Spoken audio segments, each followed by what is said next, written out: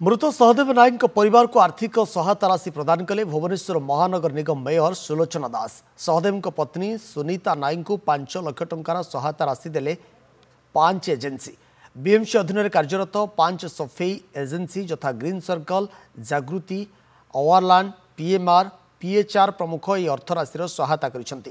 केवल सेतिक नुहे बरं सुनीता को जागृति सुपरवाइजर भाव नियुक्ति देइछंती।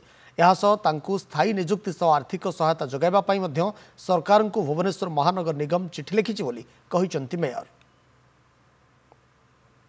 जो छोट छोट पिला अच्छी सहदेव से पिला वाइफ भरण पोषण 30 लाख गवर्नमेंट रू मागिचंती। किंतु आमर जो एजेंसी माध्यम से काम करथिले से एजेंसी मान को आमे डाके की मीटिंग करथिलु। से माने राजी है कि आज 5 लाख टंका देइचंती।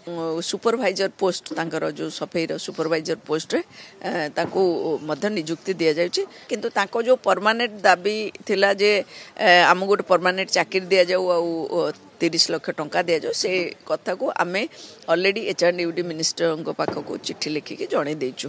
तो सरकार जहाँ निष्पत्ति नेबे से विषय बीएमसी तरफ सब एजेंसी मिसिकी 5 लाख टंका आम प्रदान करिछु।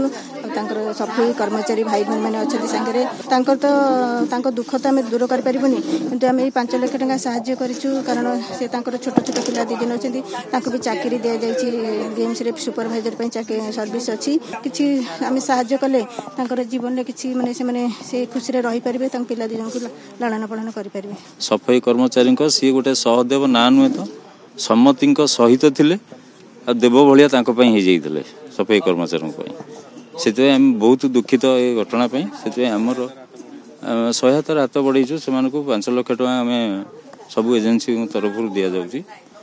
प्लस एजेंसी रे से जड़े सुपरवाइजर भाव काम कर डिसाइड।